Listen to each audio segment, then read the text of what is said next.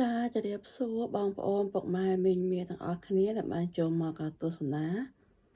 វីដេអូរបស់នាងខ្ញុំនៅក្នុងបេលានេះចានៅក្នុងថ្ងៃនេះនាងខ្ញុំមានអសម្លម្ជូរយួន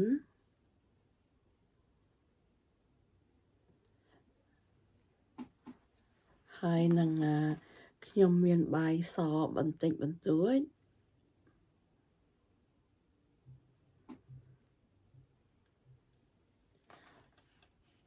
សូមបងប្អូនអញ្ជើញញ៉ាំអាហារពេលល្ងាចជាមួយខ្ញុំចាម្ហូបនេះខ្ញុំជាអ្នកធ្វើចា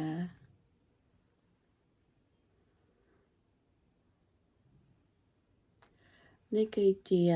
អាហារពេលល្ងាចរបស់នាងខ្ញុំចា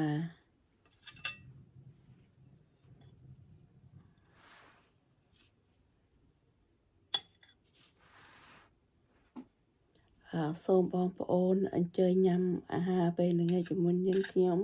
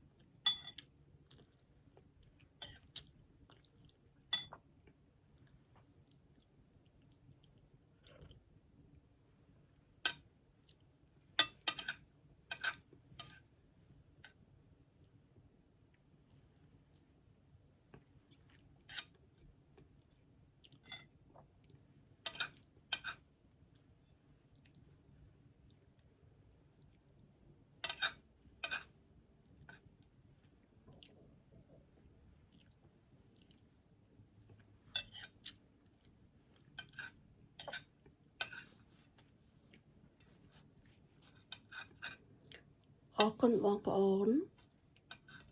ដែលបានចូលមកទស្សនាវីដេអូរបស់នាងខ្ញុំ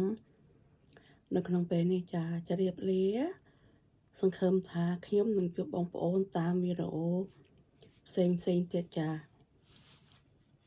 អរគុណបងប្អូន